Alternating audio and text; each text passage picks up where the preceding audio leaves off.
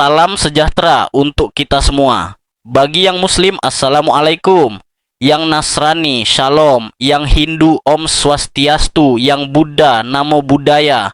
Dan untuk semuanya, salam kebajikan. Ini cuma cerita fiksi, kalau ada kesamaan nama dan tempat mohon maaf. Yuk, langsung aja. Aku masih ingat jelas hari itu. Hari yang sebenarnya biasa saja, tapi jadi titik awal semuanya berubah.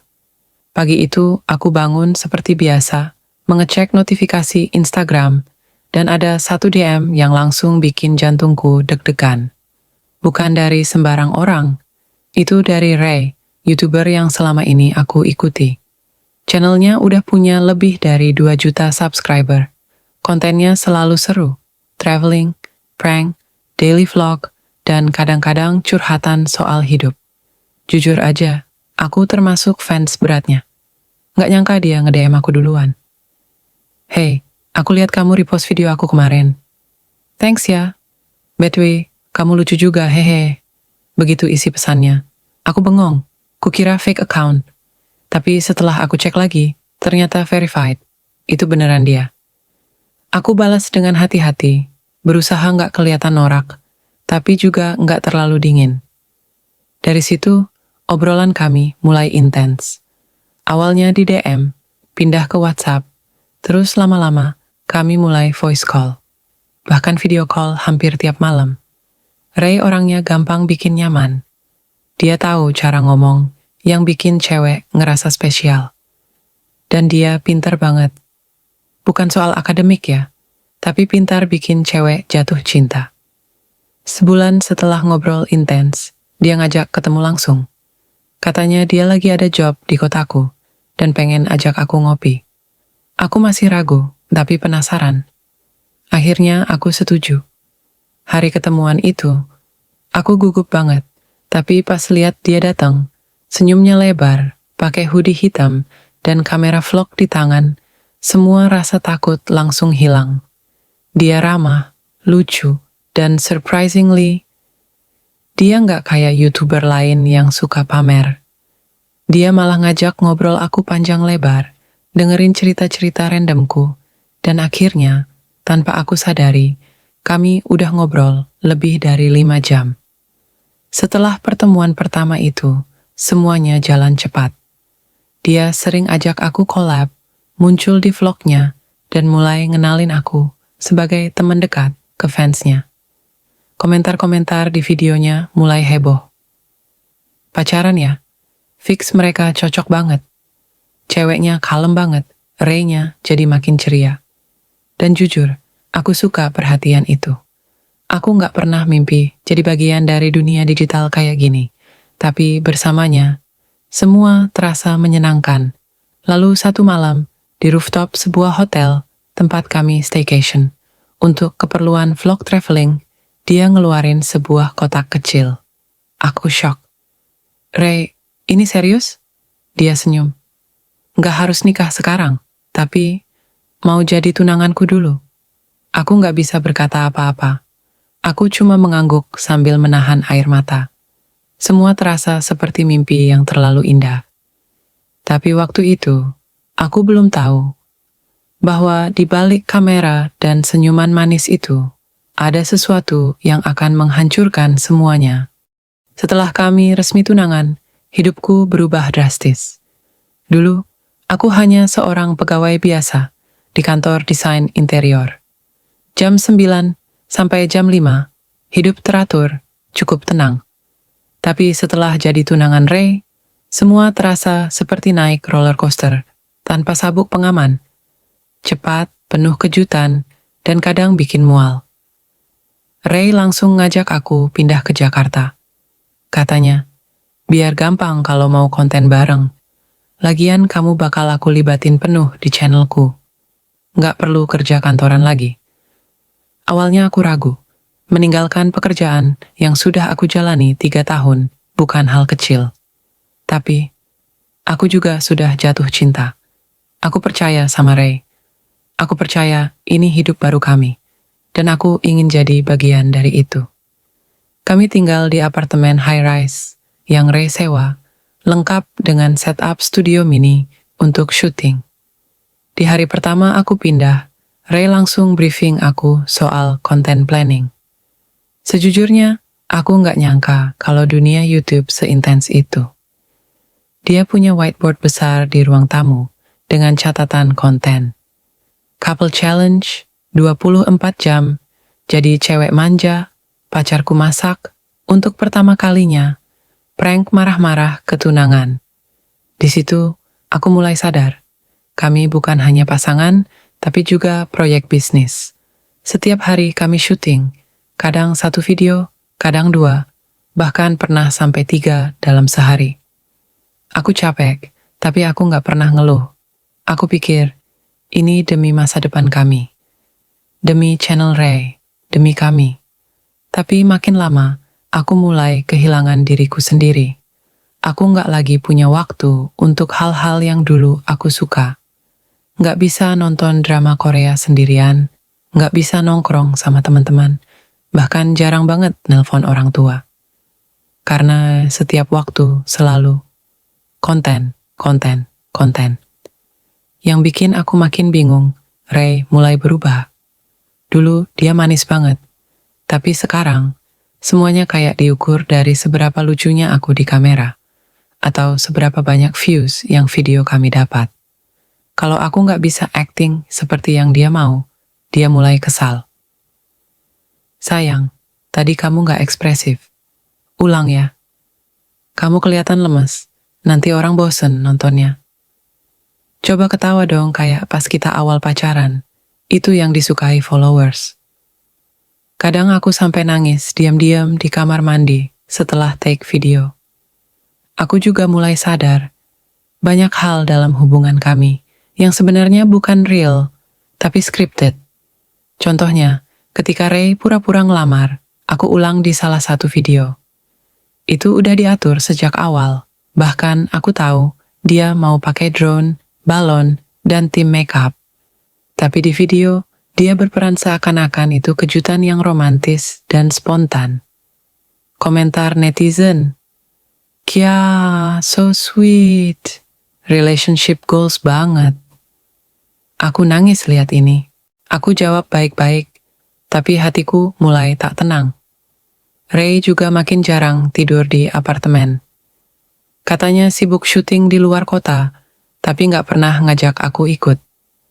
Padahal sebelumnya, dia selalu ngajak aku kemanapun dia pergi. Di tengah semua kekacauan itu, aku juga jadi lebih banyak melihat diriku di layar daripada di cermin. Aku nggak tahu lagi mana aku yang asli, mana aku yang Ray bentuk untuk kontennya. Dan yang lebih menyesakan, kadang aku rindu jadi seseorang yang bukan siapa-siapa. Seseorang yang gak perlu pura-pura bahagia demi konten.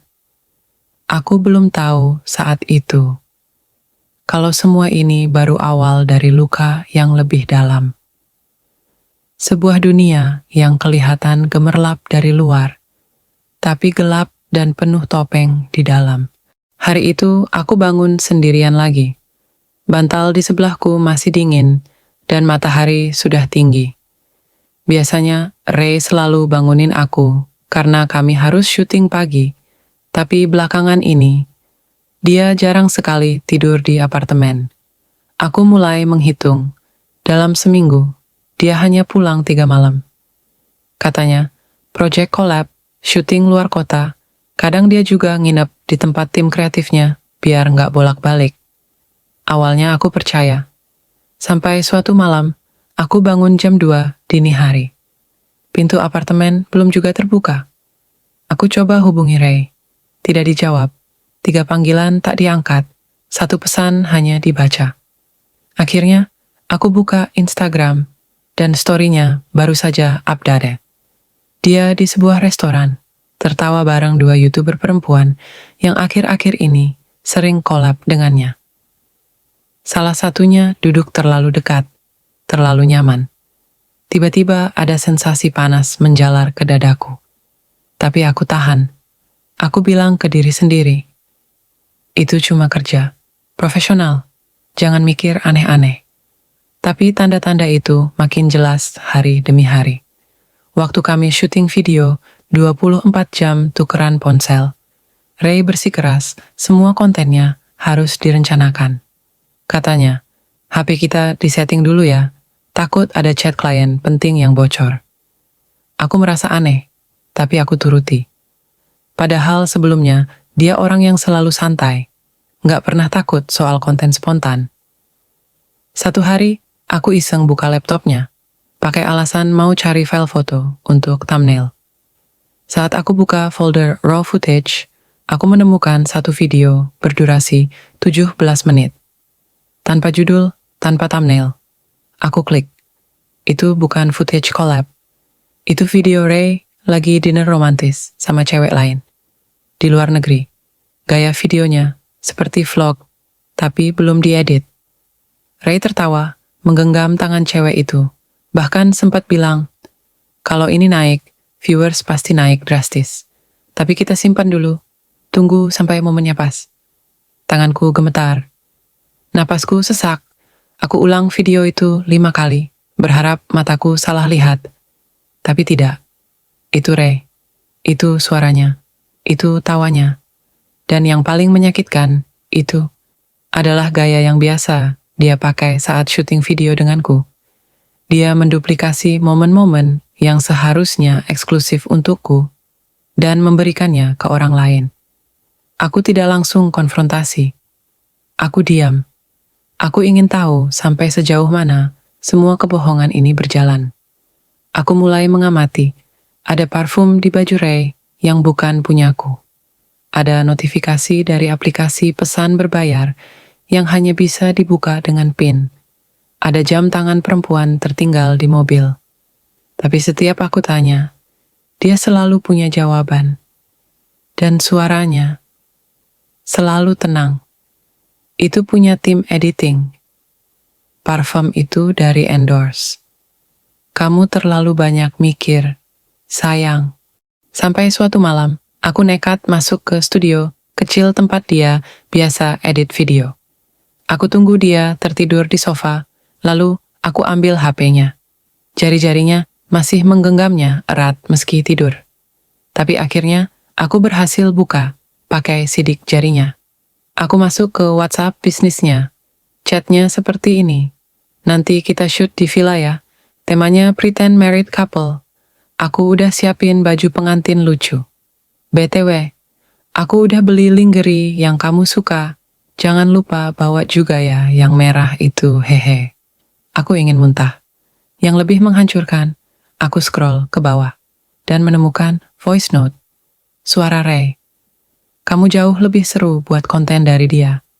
Dia terlalu polos, terlalu nurut. Makanya views kita naik terus. Santai aja, dia nggak akan curiga. Dia percaya banget sama aku. Aku menangis seperti anak kecil. Tapi bukan karena aku kehilangan Ray. Aku menangis karena aku kehilangan diriku sendiri. Besok paginya, aku sarapan seperti biasa. Ray duduk di seberangku, memakan roti panggang, sambil membuka YouTube Analytics. Dia bilang, video kemarin naik, fans suka kamu nangis di akhir video, katanya real banget. Kita ulang konsep itu minggu depan ya. Aku menatap dia lama. Dan untuk pertama kalinya, aku berpikir, apakah aku tinggal di rumah atau di studio setting yang dia sebut real life? Setelah semua bukti yang aku temukan, chat mesra, video privat, voice note yang menusuk hati, aku tahu, aku harus bicara. Aku harus konfrontasi Ray. Tapi ini bukan cuma soal perselingkuhan, ini soal harga diriku. Soal bagaimana aku dijadikan properti publik oleh seseorang yang aku percayai sepenuhnya. Aku menunggu waktu yang tepat. Ray pulang jam 1 dini hari. Wajahnya lelah, tapi aku tahu itu bukan karena kerja. Kali ini, dia bahkan gak berusaha bohong. Dia langsung masuk kamar mandi tanpa menyapaku. Biasanya dia akan buka kamera, update story dulu. Tapi malam itu, entah kenapa, dia lebih diam. Aku duduk di ujung tempat tidur, HP-nya di tanganku. Aku tahu passwordnya. Semua data sudah aku backup. Video, chat, voice note. Aku siap. Tanganku gemetar, tapi hatiku sudah bulat. Begitu dia keluar dari kamar mandi, aku berdiri dan menghadangnya. Aku mau tanya satu hal, kataku pelan. Dia melirikku, lalu mendengus kecil. Lagi drama apa lagi sih kamu? Aku menunjukkan layar HP. Chat dengan Baby V. Lalu kuputar voice note itu. Suaranya menggema di kamar yang sunyi. Wajah Ray berubah. Bukan panik, bukan malu. Tapi kesal. Bisa nggak kamu nggak usah buka-buka HP orang? Itu privasi. Aku tertawa. Pahit. Privasi? Kamu bicara soal privasi setelah mengekspos seluruh hidupku ke jutaan orang demi views. Dia mengangkat bahu. Itu kerjaan, sayang. Dunia YouTube tuh keras. Kalau kita nggak drama, nggak ada yang nonton. Semua pasangan YouTuber juga, gitu. Fans suka yang baper-baper. Aku tidak percaya. Jadi semua ini, aku, hubungan kita, lamaran itu, semua hanya konten. Dia menatapku lama. Ada jeda sunyi. Lalu dia bicara dengan suara yang tidak pernah aku dengar sebelumnya. Datar. Dinginnya menusuk. Awalnya enggak. Tapi makin kesini, kamu terlalu polos. Nggak berkembang. Followers bosan. Aku harus cari chemistry baru. Makanya aku collab sama yang lain. Biar ada variasi. Aku melangkah mundur. Kamu selingkuh. Dia mengangkat tangan. Itu bagian dari branding. Kita butuh konflik biar engagement naik. Dadaku sesak. Aku merasa seperti karakter fiksi yang sadar bahwa seluruh hidupnya hanyalah skenario. Aku mau pergi dari sini. Begitu aku ucapkan itu, Ray langsung berdiri. Matanya tajam, suaranya berubah penuh ancaman. Kamu pikir gampang keluar dari sini? Kamu pikir orang bakal percaya kamu? Aku bisa balikkan cerita. Aku tinggal bilang kamu manipulatif, suka drama, kamu yang ganggu karir aku. Aku menahan napas. Silakan, aku sudah backup semua data. Kalau kamu ngancam, aku bisa upload semuanya. Dia tertawa. Gak akan ada yang percaya kamu. Channel aku udah besar. Mereka semua sayang sama aku. Kamu cuman pendatang. Gak akan ada yang dengerin kamu. Aku merasa lututku lemas. Tapi aku tahu, ini bukan saatnya mundur. Aku jawab, kalau kamu pikir aku diam, kamu salah. Aku juga bisa bicara, dan mereka akan dengar. Dia mendekat, terlalu dekat, lalu berbisik. Kalau kamu upload sesuatu tanpa izin, aku bisa tuntut. Kamu tahu kontraknya, kan? Semua footage, semua konten, semua skrip, itu atas nama aku. Kamu bukan siapa-siapa di sini. Aku berdiri, memeluk diriku sendiri. Aku tidak menangis kali ini, aku hanya diam. Dan dalam diam itu, aku sadar, Ray bukan cuma pria yang menyakitiku. Dia adalah sistem, sebuah mesin yang memperalat emosi manusia untuk cuan. Aku tidur di sofa malam itu, sambil memeluk flash disk yang berisi semua bukti. Besok pagi, aku akan pergi. Tapi tidak hanya keluar dari apartemen. Aku akan keluar dari hidup yang Ray bangun untukku. Dan saat aku melangkah keluar nanti, aku tidak akan pergi diam-diam. Aku akan buka semuanya. Di tempat yang sama, di depan kamera. Tapi kali ini, kameranya punyaku. Aku bangun dengan kepala berat dan jantung yang berdetak tak beraturan. Aku tahu ini akan menjadi hari paling besar dalam hidupku. Hari ketika aku tidak lagi sembunyi, tidak lagi pura-pura, dan tidak lagi diam. Tanpa bicara sepatah kata pun, aku mengemas barang-barangku. Bukan semuanya, hanya yang penting. Flash disk, laptop, dompet, dan pakaian seperlunya. Aku tahu Ray masih tertidur. Mungkin saja dia mengira aku akan berubah pikiran. Tapi dia salah. Aku bukan lagi boneka kontennya. Dengan langkah perlahan, aku keluar dari apartemen. Setiap sudut ruangan itu terasa seperti studio. Semua kenangan bukan kenangan, hanya set yang disusun rapi. Tangisku mulai jatuh, bukan karena sedih kehilangan dia, Tapi karena aku akhirnya berani meninggalkan dunia yang memenjarakan jiwaku. Aku menginap di kos teman lama, Lala, yang dulu satu kantor denganku. Saat aku menceritakan semuanya, Ray, perselingkuhan, eksploitasi, ancaman, dia memelukku erat. Udah, sekarang giliran kamu bicara. Kamu harus buka semuanya. Dunia harus tahu siapa dia sebenarnya. Kami begadang semalaman. Aku dan Lala mengedit video pengakuan itu. Aku duduk di depan kamera, tanpa make up, tanpa filter, tanpa setting estetik. Hanya aku dan kenyataan.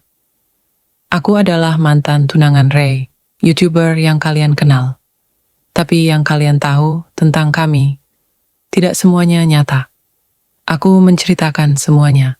Dari awal kami kenal, tunangan palsu untuk views, shooting scripted, hingga perselingkuhannya dengan konten kreator lain. Aku tak tahan air mata saat memutar potongan voice note Ray sendiri. Dia terlalu polos, makanya views naik, tapi sekarang bosan, harus cari chemistry baru.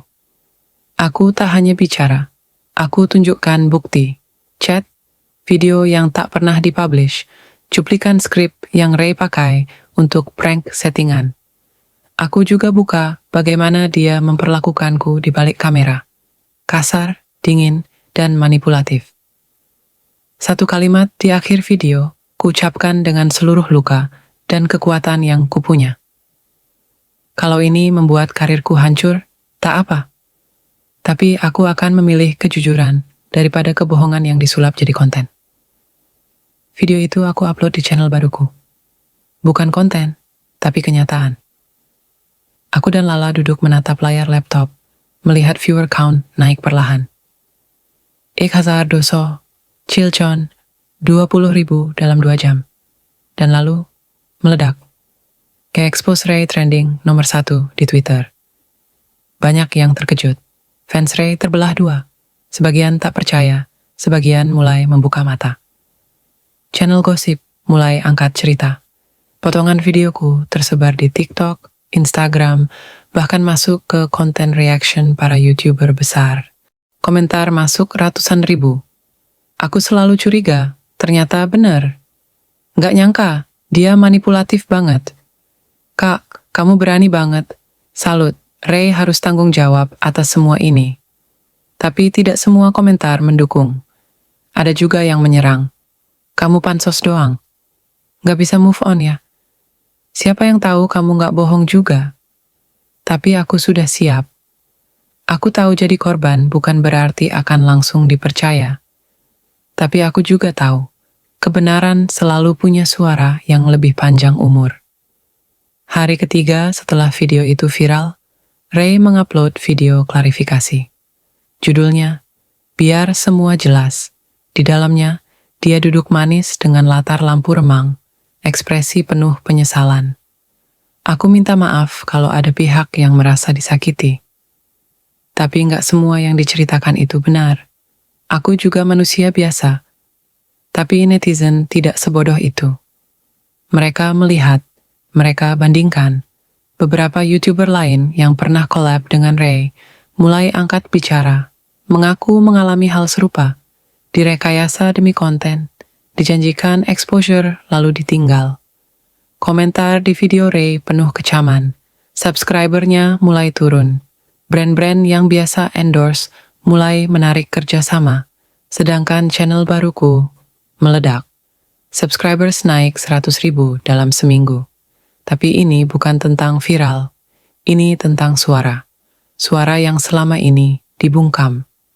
Dalam salah satu video update, aku berkata, mungkin banyak dari kalian yang merasa hidup kalian juga kayak aku dulu, terjebak di dunia yang gak terlihat dari luar. Tapi percayalah, kalian berhak bebas. Berhak memilih jadi nyata, walau sakit, daripada hidup dalam skenario yang gak pernah kalian tulis sendiri. Hari itu, aku tidur dengan tenang untuk pertama kalinya dalam berbulan-bulan. Bukan karena semuanya selesai, tapi karena aku sudah mulai menulis ulang naskah hidupku. Dan kali ini, tanpa sutradara bernama Ray. Tepat seminggu setelah videoku viral, aku menerima surat panggilan dari pengacara. Bukan surat cinta, bukan ucapan permintaan maaf, tapi gugatan pencemaran nama baik. Nama pengirimnya tertulis jelas, Ray D. Pratama.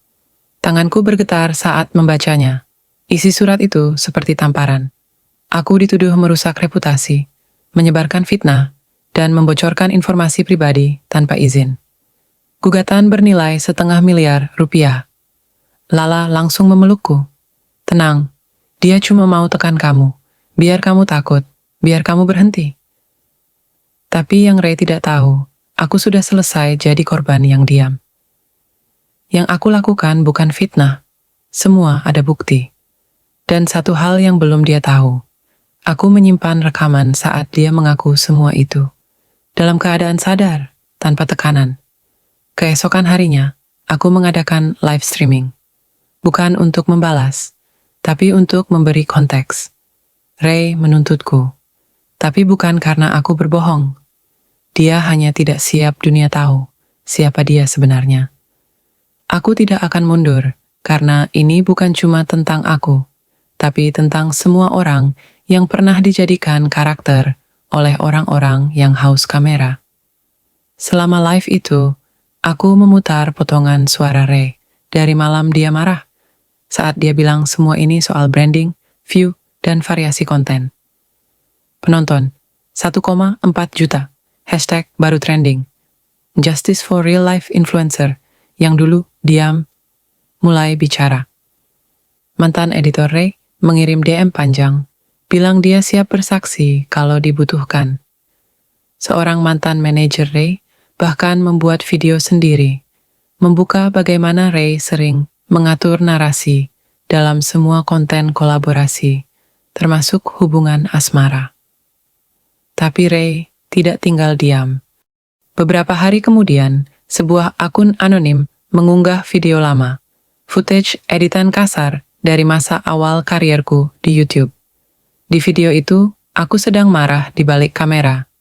Mungkin karena lelah, mungkin karena frustrasi. Tapi narasinya dipelintir.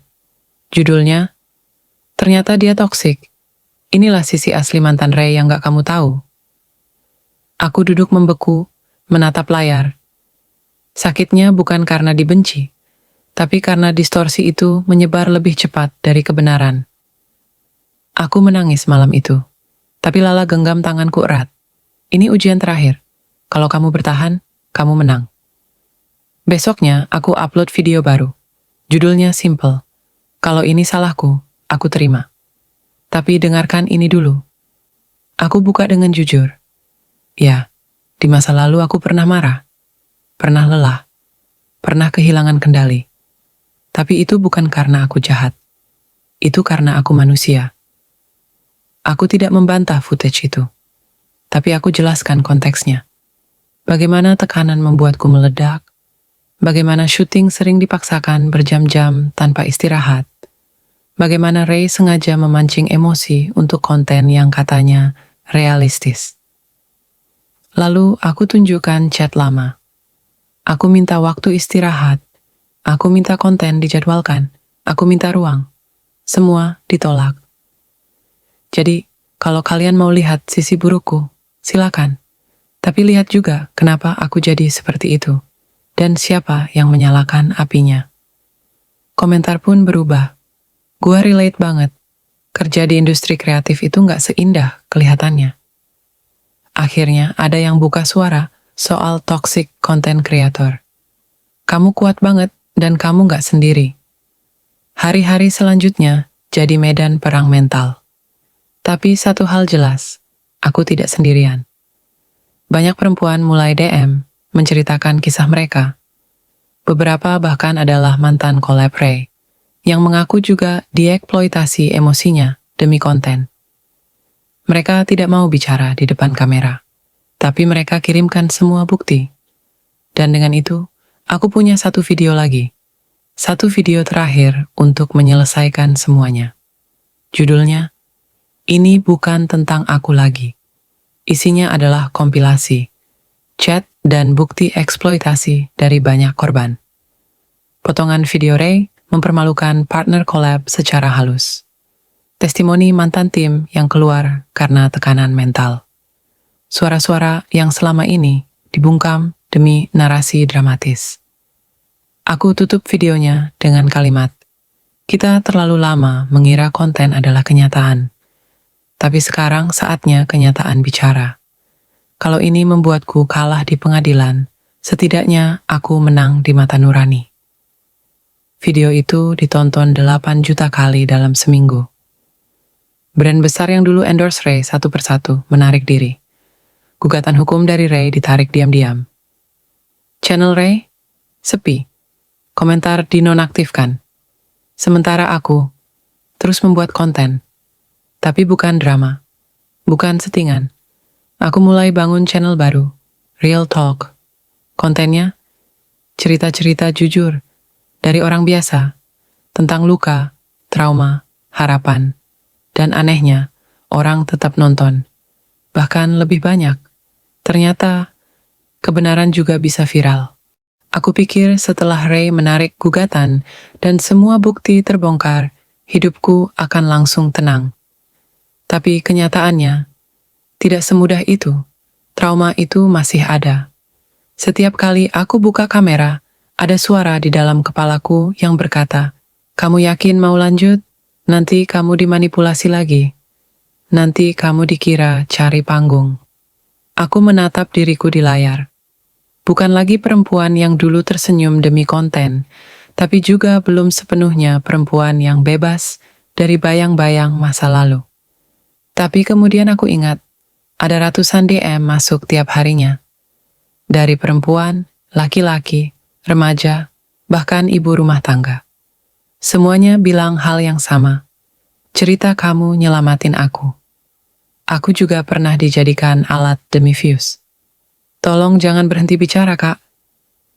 Dari situ, aku sadar, aku tidak boleh berhenti. Karena suaraku bukan hanya untukku. Aku mulai membangun Real Talk dengan konsep yang benar-benar baru. Gak ada naskah, gak ada drama, gak ada prank. Aku mulai dengan seri berjudul Cerita yang Tidak Bisa Diceritakan. Isinya, orang-orang biasa yang punya luka besar, tapi belum pernah berani bicara. Episode pertama, seorang editor freelance yang pernah kerja untuk YouTuber besar, dipaksa kerja 16 jam tanpa kontrak dan dibayar di bawah minimum. Episode kedua, seorang mantan pacar influencer terkenal yang jadi korban ghosting brutal setelah kolaborasi mereka viral. Episode ketiga, perempuan muda yang pernah jadi korban revenge porn oleh mantan pacarnya, yang juga seorang content creator. Setiap cerita adalah luka, tapi juga kekuatan. Dalam tiap video, aku duduk berhadapan langsung dengan narasumber. Bukan seperti host, tapi seperti teman. Aku tidak banyak tanya. Aku biarkan mereka bercerita. Dan netizen menyambutnya bukan hanya dengan views, tapi dengan empati. Komentar membanjir. Akhirnya ada channel yang bukan jualan drama, tapi kasih ruang untuk jujur. Ini bukan konten, ini penyembuhan. Aku baru tahu ternyata aku nggak sendirian. Real Talk tumbuh cepat. Dalam 3 bulan, channelku sudah tembus 500.000 subscribers. Tapi aku tetap ingat satu hal. Ini bukan soal angka, ini soal ruang. Ruang yang dulu dicuri Ray dariku, kini aku buka untuk orang lain. Sampai akhirnya, ada DM masuk yang membuatku diam lama. Akun verified, seorang artis besar. Bintang film, centang biru. Isinya, "Kak, aku lihat semua konten kakak. Aku mau cerita, tapi off-cam dulu ya. Karena aku juga pernah dijadikan narasi palsu sama YouTuber yang sekarang lagi naik-naiknya." Aku baca DM itu berulang kali. Dunia di balik layar ternyata jauh lebih gelap dari yang orang lihat. Dan aku, yang dulunya korban, sekarang jadi tempat mereka yang terluka mencari cahaya. Tapi tidak semua orang senang. Ada satu malam ketika aku pulang dari mini talk show kampus, aku mulai diundang kemana-mana buat bicara soal keamanan digital dan etika konten. Di perjalanan, aku sadar mobilku diikuti. Bukan satu kali, tapi 3 malam berturut-turut, aku takut. Tapi aku juga tahu, aku tidak akan mundur. Aku lapor polisi, pasang kamera tambahan, bahkan mulai pakai tim pengamanan saat syuting. Karena rupanya, ketika kamu mulai menyuarakan kebenaran, kamu juga mengusik banyak kepentingan. Tapi aku tetap lanjut. Sampai akhirnya aku membuat satu video yang paling personal dalam hidupku. Judulnya, Untuk Kamu Yang Pernah Dicintai Demi Konten. Video itu cuma aku, sendirian di kamar, berbicara ke kamera. Tanpa naskah, tanpa musik, tanpa potongan. Aku cerita semuanya, dari awal. Bukan untuk membuka luka, tapi untuk menutup bab. Ray pernah mencintaiku? Mungkin.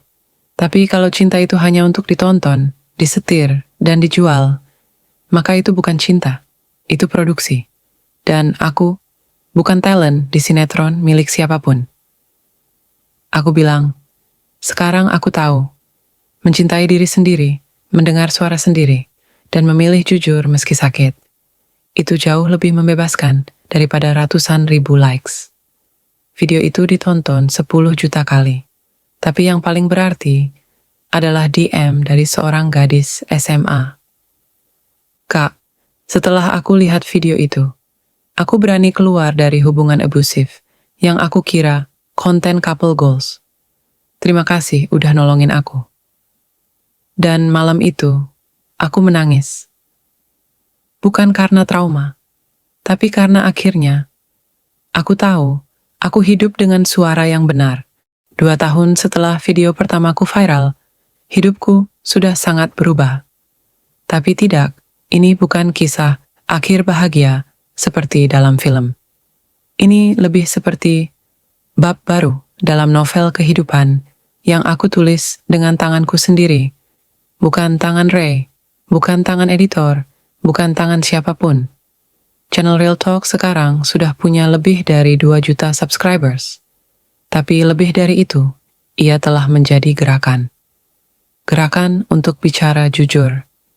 Untuk berhenti menjadi karakter di cerita orang lain. Untuk berani berkata, ini aku yang sebenarnya.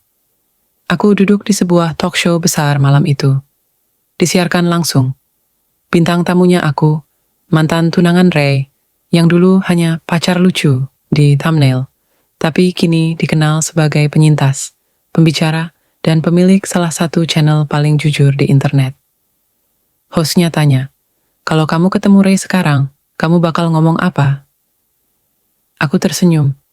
Tidak sinis, tidak marah, tapi tenang. Aku bakal bilang, terima kasih. Karena tanpa dia, aku nggak akan tahu betapa berharganya hidup yang aku pilih sendiri. Tapi setelah itu, aku akan melangkah pergi. Karena masa depan nggak perlu diajak nostalgia. Penonton tepuk tangan. Tapi aku tahu, ini bukan soal tepuk tangan. Ini soal suara yang akhirnya didengar. Dan ternyata, dunia punya kejutan lain untukku. Suatu hari, sebuah email masuk dari Netflix Indonesia. Subjeknya, proposal adaptasi kisah nyata untuk series. Isi emailnya, kami tertarik untuk mengangkat perjalanan hidup Anda menjadi sebuah serial original. Bukan untuk eksploitasi, tapi untuk mengangkat kisah-kisah perempuan yang berani melawan narasi palsu. Kami ingin bekerja sama dengan Anda sebagai produser kreatif penuh kontrol. Aku terdiam lama. Ini bukan hanya tentang aku lagi. Ini tentang suara semua orang yang selama ini hanya bisa diam. Aku balas, kita bisa mulai bicara. Tapi hanya jika saya pegang kendali penuh atas naskah. Karena kali ini, ceritanya nggak boleh lagi dimiliki orang lain. Proyek itu pun berjalan. Serial dengan judul kerja Real Life, bukan konten, mulai digarap. Dan yang paling indah, setiap pemeran utama dalam serial itu akan diperankan oleh korban nyata yang kini berani bicara. Bukan artis, bukan aktris, tapi mereka yang pernah disakiti dan kini berdiri. Hari launching episode pertama, aku berdiri di layar bioskop mini yang dipenuhi media, sahabat, dan keluarga. Termasuk ibuku, yang dulu sempat kecewa karena aku tinggalkan Ray, yang katanya masa depan cerah.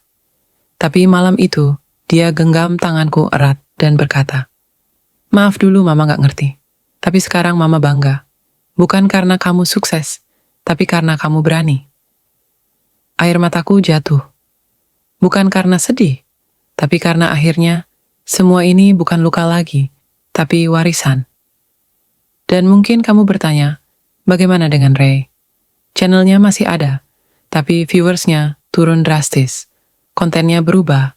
Sekarang ia bicara soal pengembangan diri, healing, dan spiritualitas. Tapi komentar-komentar tetap penuh dengan satu kalimat. Kamu belum minta maaf. Dia tidak pernah menghubungiku lagi. Tapi entah kenapa, aku tidak butuh permintaan maaf itu lagi. Karena kadang, keadilan bukan tentang seseorang minta maaf, tapi tentang kita tidak lagi butuh mereka untuk merasa damai. Dan malam itu, setelah semua tamu pulang dan ruangan gelap, aku duduk sendiri di bangku paling belakang bioskop mini. Di layar masih tertulis judul serial, Real Life Bukan Konten. Lalu aku buka kamera handphone, rekam selfie, senyum sedikit, lalu bilang satu kalimat untuk semua yang pernah dijadikan konten. Sekarang giliran kita yang pegang kamera. Cut. Dan itu bukan akhir. Itu adalah aksi pertama dari film kehidupan baru, yang kali ini disutradarai oleh kita sendiri.